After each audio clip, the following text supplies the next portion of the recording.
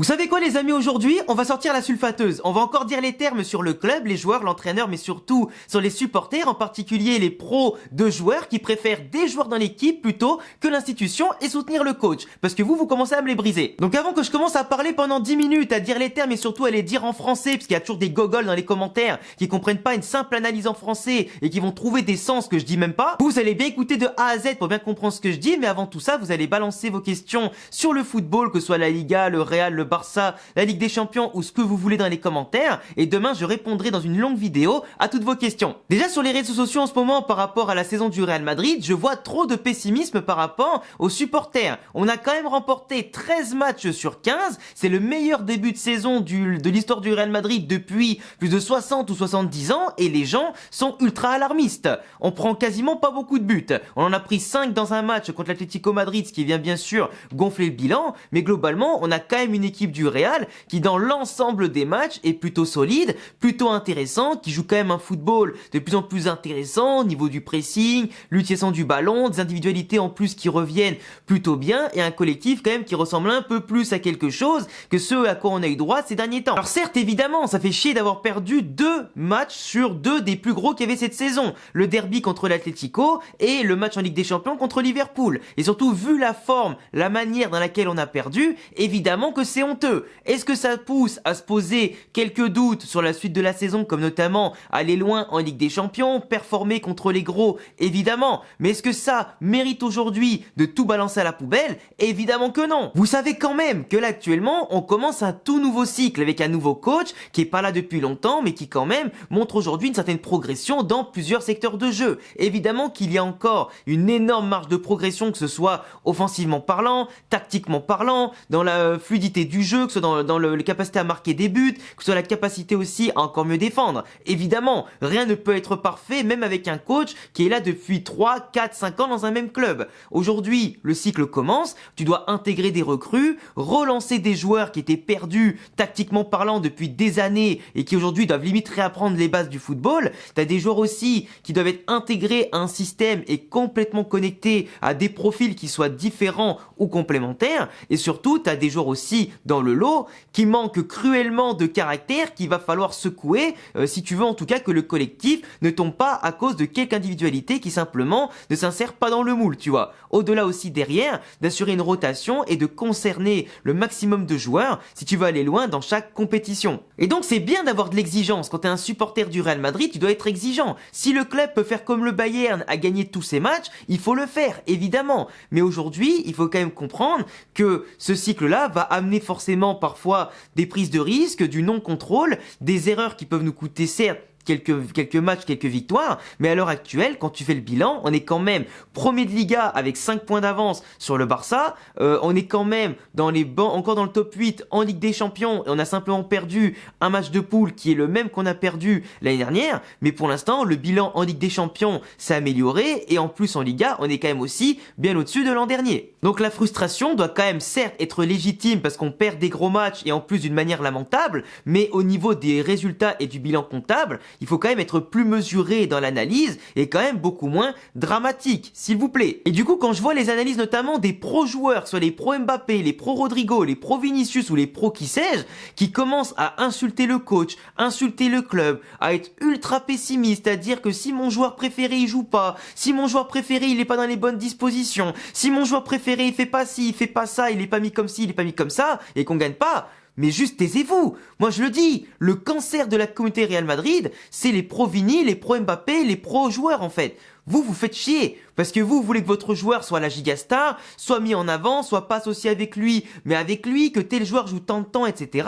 Mais quand tu fais le bilan de ces joueurs-là en particulier, et c'est là où ça m'amène non seulement à critiquer les pro-joueurs qui n'ont pas une seule once d'intelligence. Et moi, si je peux vous donner un conseil, cassez-vous de la communauté Real Madrid. Les pro-joueurs, on n'en veut pas. On veut pas de pro-joueurs. Nous, on veut des mecs qui sont pour le club, l'institution et globalement le coach. Le patron, c'est pas le joueur, c'est le coach le patron. Le patron qui est le coach, il a des défauts, on va en parler juste après. Mais notamment, les joueurs, c'est pas eux qui décident. Sous Ancelotti, les joueurs, ils avaient malheureusement trop de liberté, pas assez de discipline, discipline, ils faisaient un petit peu ce qu'ils voulaient, au point par moment de tricher dans leurs efforts, de pas aider les copains qui cravachaient à côté à courir pour 3 ou 4 pour certains, et globalement ça faisait une équipe déséquilibrée, qui n'était pas bonne dans les petits comme les grands matchs, et ça a été des joueurs aussi qui trichaient dans l'attitude, et qui simplement, choisissaient aussi un peu leur match. Et tu peux pas faire ça au Real Madrid. Quand t'es au Real Madrid, que t'es payé des dizaines de millions, ou même juste des millions tout court, à un moment donné, tu dois porter l'écusson, la pression de l'écusson, la pression de l'institution, et montrer en quoi tu mérites de jouer au Real. Le Real, ça a été un club différent par rapport au Barça, à Liverpool, au Bayern, au Milan, au PSG ou qui tu veux, parce que de période en période, de siècle en siècle ou simplement de génération en génération, le club ne se satisfait pas de gagner. Ils veulent gagner toujours plus longtemps et chaque saison. Et c'est comme ça que tu crées des mentalités de gagnants, de mecs qui lâchent rien, d'effectifs toujours plus compétitifs et surtout avec normalement une concurrence accrue qui pousse chacun à se dépasser. Sauf que quand t'avais des méthodes où tu apprends rien tactiquement à tes joueurs, qui deviennent des flancs footballistiques au QI négatif et globalement qui savent plus c'est quoi le goût de l'effort, évidemment pour relancer cette machine-là du goût de l'effort, que ce soit défensivement, au pressing, apprendre à avoir mal et se la donner à tous les matchs, c'est compliqué. Quand je vois que le Real aujourd'hui a couru 11 km contre Liverpool qui en a couru 13 et que globalement t'as City ou même simplement les joueurs du PSG et du Bayern qui en ont couru 5 ou 6 de plus dans leurs matchs respectifs, c'est pas normal. Aujourd'hui t'arrives à un moment donné où le goût de l'effort il y est plus. Et donc même si on le voit par moment quand on est en contrôle, il faut le voir aussi quand on n'est pas en contrôle. Tu vois. Et aujourd'hui, les joueurs ont du mal à avoir mal. Donc quand j'entends les pros machin dire que mon joueur il est remplacé à la 70e, que mon joueur il est mis pas au bon poste, etc. Mais déjà que les joueurs, au lieu de parler du poste et de leur temps de jeu, se contentent de faire leur travail sur leur temps effectif. Parce que là aujourd'hui, mais peu importe qui, c'est pas suffisant. Les joueurs, parce qu'on va en parler maintenant, les joueurs aujourd'hui, t'as beau mettre le plus grand coach du monde, t'as beau avoir le plan de jeu le plus détaillé du monde, avoir le 4-4-2, le 4-3-3, le 3-5-2, ou alors la compo parfaite comme on avait contre le Barça de base, si les joueurs ne sont pas capables de mouiller le maillot, de porter leurs couilles et de rentrer dans les duels pour les gagner et pas seulement pour se faire bien mousser ou se faire bien voir, ça marchera pas. Le princess treatment de la part des supporters et globalement des joueurs eux-mêmes, envers eux-mêmes, va falloir commencer les gars à apprendre à se respecter, à respecter le maillot. Parce que moi ce que je vois dans le derby contre l'Atlético Madrid et contre Liverpool, c'est la même chose. Et le coach pourtant il l'a dit en interview d'avant-match, il a dit si tu mets pas de l'agressivité, de l'intensité, même si en face t'as un Liverpool qui traverse une crise de résultats, etc., eux, à domicile, avec le fait de devoir se racheter devant leurs supporters et dans une compétition qui sublime les plus grandes équipes, si tu joues pas le jeu, tu vas te faire broyer. Sans Courtois, on aurait dû perdre 4 ou 5-0 ce match-là. Faut quand même s'en rendre compte. On n'a pas eu d'occasion franche à part celle de Bellingham. À bout d'un moment, tu peux pas te plaindre. Thibaut Courtois, c'est le seul à qui on peut quasiment rien reprocher, à part le fait que des fois il sort pas dans les duels aériens et qu'il pourrait s'imposer sur les centres et les coups de pied arrêtés, mais sinon, il est livré à lui-même. Le mec il te fait 9 parades dans le même match. Qu'est-ce que tu veux dire? C'est un record de Ligue des Champions, c'est un record, toutes compétitions confondues quasiment, pour le Real. Donc aujourd'hui, qu'est-ce que tu veux reprocher à Courtois? Même quand il est laissé seul à l'abandon, le mec il maintient le bateau à flot, au point d'en dégoûter tous les joueurs adverses. Et c'est trop récurrent ça. Et quand c'était pas lui, c'était Lounine en 2024 qui faisait ça. Donc aujourd'hui, il y a bien un problème quelque part. Les joueurs qui ne comprennent pas comment on défend sur coup de pied arrêté, vous allez dire que ça dépend du coach. Mais au bout d'un moment, les amis, les joueurs pros, ils ont eu toute une formation de leur jeunesse jusqu'à maintenant. Que ce soit les plus jeunes qui ont 20 ans dans l'équipe, ou les plus expérimentés qui ont 30 ans ou plus ou pas loin. Ils ont joué au football dans leur vie. Donc tu comprends quand même comment on défend sur coup de pied arrêté. Nous en district, moi j'ai joué en U19 national à un moment donné. On sait comment ça fonctionne.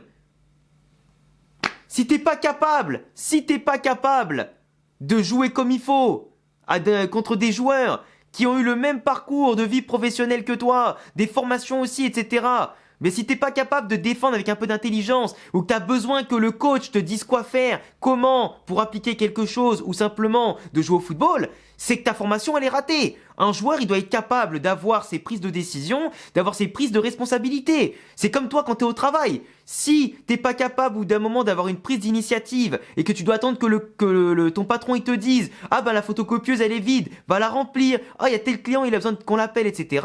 Si t'as besoin de ce genre de détails pour faire ton taf, frérot, c'est que t'as un gros problème. Je te le dis. Je te le dis. Et les joueurs aujourd'hui, en parlant de ça, ça manque de responsabilité et de leadership. Les joueurs sont catastrophiques à ce niveau-là. On est loin des Ramos, des Pepe, des Cristiano Ronaldo, des Carvajal. On est loin d'avoir des joueurs qui ont des coronets sur le terrain. Comment tu peux me dire déjà que Jude, quand il arrivait en 2024, c'était lui le patron à seulement 20 ans? Ils font quoi les anciens autour là? Même Kylian Mbappé aujourd'hui, c'est pas un patron. Même s'il marque des buts, que grand bien lui fasse et que grand bien nous fasse. Mais dans les grands matchs, à part contre le Barça, on le voit pas. Ou du moins, il nous fait pas gagner. Ou du moins, quand t'as une gestion à avoir au niveau mental, et dès qu'on est mené au score, t'as l'impression qu'on peut plus rien faire. Contre Arsenal, c'était pareil. Contre l'Atlético en Ligue des Champions, c'était pas loin d'être pareil. Dans le derby en début d'année, c'est pareil. Tu vois, au bout d'un moment, t'as des périodes, des matchs où t'as besoin d'avoir des leaders qui vont chercher mentalement ce regain d'énergie, ce regain de réussite qui te maintient à flot, qui te permet de marquer, gagner, remonter. Et puis voilà. Mais aujourd'hui, on n'a plus ça. T'as l'impression que dès que le club est submergé techniquement, tactiquement et dans plus au tableau d'affichage, qu'on n'est plus capable de remonter. On n'a plus cet esprit parce qu'on n'a plus de leader. Vinicius qui se plaint l'autre jour de sortir à la 70e minute, c'est très bien. Ok, t'as du caractère, t'as envie de jouer. Mais aujourd'hui, contre Liverpool, certes Bradley fait du MMA sur lui à des moments, mais il n'a pas gagné un duel contre lui. Et en plus, c'est lui qui prend un jaune de manière stupide. Et derrière, il peut plus défendre pendant 90 minutes. Donc aujourd'hui, Vinicius, Mbappé, en jouant à l'envers, en gagnant pas de duel, en se cassant les dents sur Konaté Van Dijk, Mbappé qui ratait toutes ses remises, dos au jeu, du coup qui baisait nos actions finalement, tu vois, et qui derrière se libère pas d'espace, ne s'en crée pas, ne s'engouffre pas dedans et fait pas de différence, bah oui, mais dans les grands matchs, on le voit pas. Dans les petits matchs, parce que le Barça c'était certes un gros match sur le papier, mais en attendant, bah dans les autres matchs, on voit pas Kylian, Vinicius, tout ça. Rodrigo, j'en parle pas. Rodrigo, pour moi, il doit être vendu cet été. Pour 50, 70 millions, ce que tu veux. Ou du moins, pour qui acceptera de payer ça aujourd'hui, vu sa baisse de forme et de niveau. Mais le mec, il a pas marqué depuis janvier dernier en Liga. À un moment donné, il faut arrêter de se foutre de la gueule du monde. T'as des joueurs aussi au milieu de terrain. Je suis désolé, mais je le redis encore une fois. Arda Güler, il n'est pas prêt pour les gros matchs. Dans les prises de responsabilité, il a fait une passe D et un but contre l'Atlético Madrid au début, mais sinon dans l'ensemble des gros matchs, on le voit pas. On ne le voit pas. Et c'est compliqué. Que ce soit après Camavinga, c'est pareil. Camavinga contre Liverpool, il a encore une fois montré pourquoi il n'est pas un titulaire indiscutable au Real Madrid. Parce qu'il fait un énorme match contre le Barça, mais contre Liverpool, il a disparu. Et oui, mais c'est comme d'hab. À un moment donné, tu peux pas réclamer un statut, tu peux pas vouloir imposer un joueur qui n'est pas tranchant, qui n'est pas régulier, qui n'est pas bon dans les gros matchs et plusieurs fois. À un moment donné, les gars, faut se réveiller. Tchouaméni, c'est un milieu de terrain qui est très bon, mais dans l'utilisation du ballon, bah c'est pas ça, on le sait. C'est pas lui qui dans son contrôle frappe va être fluide, dans son contrôle passe qui va être fluide aussi, et c'est problématique. C'est problématique. Et c'est aussi pour ça que le club, t'as aussi besoin de leur mettre une couche. Au lieu d'acheter Mastantuono, qui a un bon potentiel, qui va sûrement devenir un véritable crack dans les années à venir, au lieu de mettre 45 millions sur Mastantuono, il fallait mettre 40 millions sur Zubimendi. Zubimendi, moi ça fait des années que je vous dis qu'au Real Madrid, au-delà de la connexion qu'il peut avoir avec Xabi Alonso et du profil qu'il a, qui s'impose en plus en équipe d'Espagne et qui se la régale aujourd'hui à Arsenal en Première Ligue, Zubimendi c'était le profil parfait devant la défense, qui apporte du QI football, de la qualité technique, de la conservation, de la distribution, et qui aujourd'hui nous aurait vraiment arrangé l'affaire. Que dans un système à 3 à derrière ou à 4 derrière, à 3 au milieu ou à 4 au milieu, il nous aurait arrangé l'affaire. Et beaucoup me disaient non, pour lui ou pour Angelo Stiller, mais il aurait fallu un Angelo Stiller ou un Zubimendi, je vous le dis. Aujourd'hui, on va peut-être dépenser 80 millions sur Adam Wharton, qui est très fort, hein, mais 80 millions. Là où tu pouvais mettre 40 millions sur Zubimendi, profil confirmé, qui connaît la Liga, qui connaît l'Espagne, qui a un bon lien avec Xabi Alonso et qui en plus était son joueur préféré, Xabi Alonso. Donc il se serait tué pour lui sur le terrain. Et voilà, donc tu vois, c'est des mauvaises gestions aussi, qui entraînent aussi à des joueurs aujourd'hui qui ne performent pas au niveau individuel dans les grands moments et qui montrent pas de caractère. Tchouaméni, je reviens sur lui, ou tout comme Camavinga. Ces mecs-là, c'est des mecs physiques, qui vont au charbon. Eh ben, au lieu de regarder Jude Bellingham, qui court sur tous les quatre coins du terrain, qui rentre dedans, dans les adversaires, qui montre le tempo, limite tout seul, parce que lui, au milieu de terrain, il est tout seul à ce niveau-là, à s'imposer physiquement, à distribuer et faire la diff, eh ben, au lieu de le regarder faire tout seul, accompagnez-le, bordel. C'est quand même pas compliqué. Derrière, Hutchen, il voit Militao à côté de lui, qui s'est fait 2 fois les croisés. 2 fois. Et pourtant, c'est qui va au charbon? C'est Militao encore. Certains me disaient, notamment dans le podcast avec Real France, quand il y avait Coralie qui parlait, et que moi j'étais pour Hutchen sur le banc et Asensio titulaire, et ben là vous commencez à comprendre ce que je commençais à dire. Parce que vous me disiez, mais non Alex, Coralie a la raison, Hutchen il est meilleur, on le met sur le terrain. Mais je m'en fous qu'un mec il soit meilleur. Si le mec il est meilleur, mais qui va pas au duel, qui fait des cagades, parce que les cagades qu'il fait contre Liverpool ou contre l'Atlético Madrid, bah ça nous a coûté les 2 défaites de la saison. Là où un Raúl Asensio par exemple, certes, il est moins talentueux, mais toute la saison dernière, il était meilleur que Rudiger, et ça vous l'oubliez. Il a certes fait des conneries au mondial des clubs, qui a coûté cher avec Rudiger contre le PSG, mais globalement, Asensio, même si il faut qu'il se canalise évidemment dans les interventions, je préfère un mec qui rentre au duel, qui se fait pas dépasser, qui a de la grinta, qui y va, qui montre un petit peu de l'abnégation et qui bouscule un peu tout le monde et qui voilà montre à l'adversaire qu'on est présent. Parce que Tchouaméni au milieu de terrain, c'est pas un Casemiro pour ça. Il va pas mettre un petit peu ce coup préventif pour montrer qu'on est présent. Et ben lui, Asensio, il le fait. Et Hutchen, tout le chill guy qu'il est, tout le talent qu'il a à la relance, s'il se dépêche pas de se secouer, l'année prochaine, si on va signer Konaté ou Upamecano et que t'as Joan Martinez qui monte en équipe première, mais Hutchen, il va vite aller sur le banc. Peu importe le statut, peu importe le prix qu'il a coûté, son attitude, elle est pas bonne. Faut que tu montes un peu où tu es. Si tu veux jouer plus avec l'Espagne, que tu veux montrer que tu as joué en Première Ligue et en Serie A, parce que c'était pas comme ça. Là, il est attentiste au possible. Et tu peux pas être attentiste. Et un mec comme Militao, qui a fait 2 fois les croisés, qui va plus au charbon que toi, sous peine potentiellement de re-risquer une 3e chute, tu peux pas. À bout d'un moment, les gars, faut se réveiller. Moi, les seuls, je répète, que je sauve en ce moment dans ce début de saison, c'est Courtois, c'est Bellingham depuis son retour de blessure, c'est Carreras qui est la meilleure recrue pour l'instant qu'on ait fait, et dans l'attitude, les performances, il a pocket Salah et il a pocket Lamine Yamal, tu peux rien lui dire à lui, à Carreras. Il a juste raté son derby, mais s'est servi de son mauvais match au derby pour exploser encore plus. Et on voit le résultat, entre ceux qui bossent, qui se remettent en question et qui veulent plus refaire de déboires, et ceux qui bossent pas, qui se remettent pas en question et qui continuent de décevoir. À un moment donné, les gars, faut se réveiller, je vous le dis, faut se réveiller. Il y a Valverde aussi.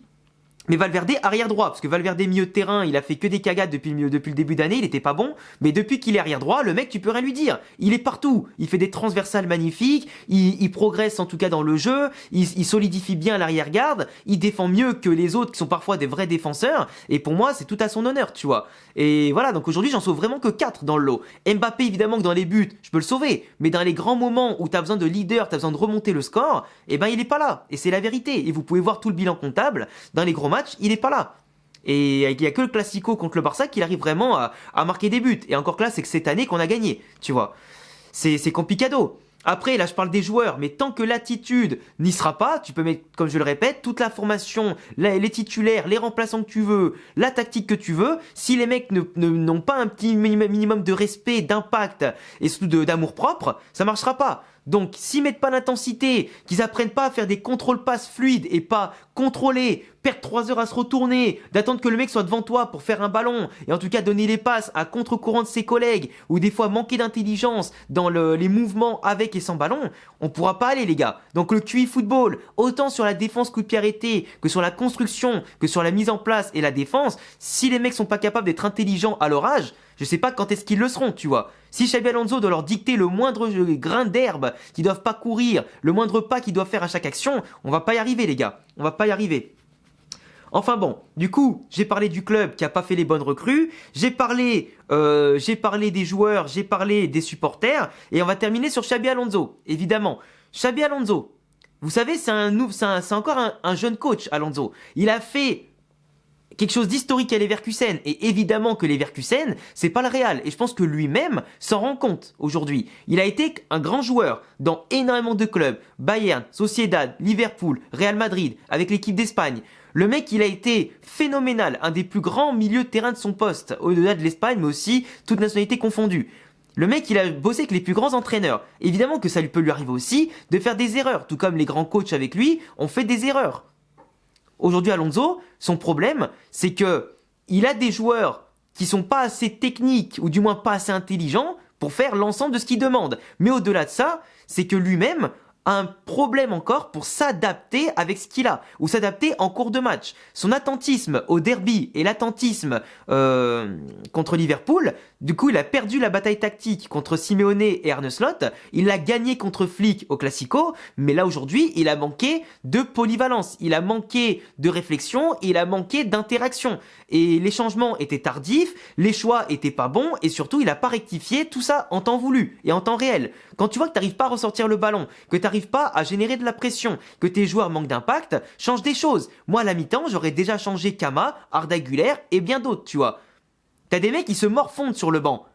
Je préfère mettre des jeunes qui ont plus de grinta comme Hendrick et Gonzalo qui en veulent, que des mecs qui sont peut-être plus talentueux mais qui courent pas, ou qui apportent pas ce que tu veux. Parce qu'à 1-0, c'était loin d'être foutu, tu vois. Sauf que le but en plus il arrivait bien plus tard, avec la tête de McAllister. Donc on était encore à la mi-temps en voie de gagner potentiellement ce match. On avait les opportunités, mais il fallait que les joueurs se secouent, soient efficaces ou se libèrent. Mais au bout d'un moment, faut apprendre à peut-être s'adapter et à tenter des choses. Là, le coup de je change rien jusqu'à ce qu'on prenne un but et encore qu'on change un peu les choses trop tard, ça a pas marché. Ça a pas marché. Donc aujourd'hui, Alonso doit encore profiter de son apprentissage pour lire un peu mieux les matchs et prendre des décisions plus rapidement, tu vois.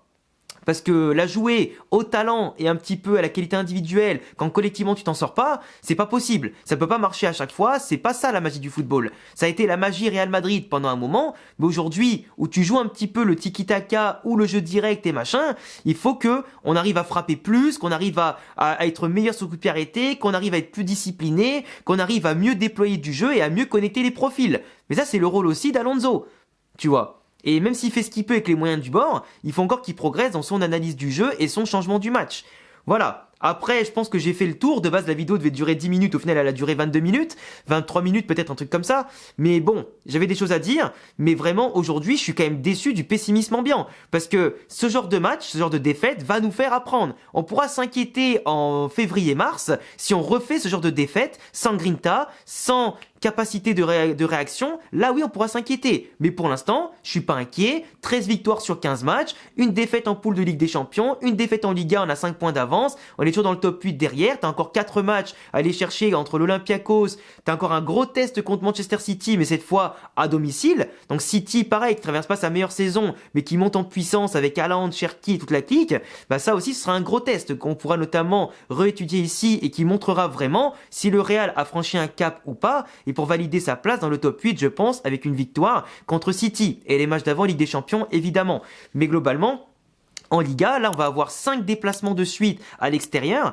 Donc, ça va être très compliqué. Le Rayo dimanche. Après, t'as les matchs contre Bilbao, etc. Contre Gérone aussi. C'est que des matchs qu'il faut gagner. 5 matchs, 5 victoires. Parce que le Barça, je pense qu'avec leurs absents comme Pedri, ils vont peut-être lâcher des points en route avec en plus le match contre l'Atlético Madrid. En tout cas, je l'espère. Mais du coup, nous, il faut qu'on fasse un sans faute pour accentuer la pression, se remettre en selle et surtout montrer que ça y est, c'était une erreur de parcours et qu'à domicile comme à l'extérieur, il faut montrer de la grinta, les gars. Enfin bref, on aura le temps d'en reparler et demain je répondrai à toutes vos questions football que vous me poserez dans la vidéo et j'espère en tout cas que cette vidéo vous a plu. Mettez en commentaire vos avis, abonnez-vous, cochez la cloche, mettez le petit pouce bleu et je vous dis à très vite pour de prochaines vidéos. Ciao!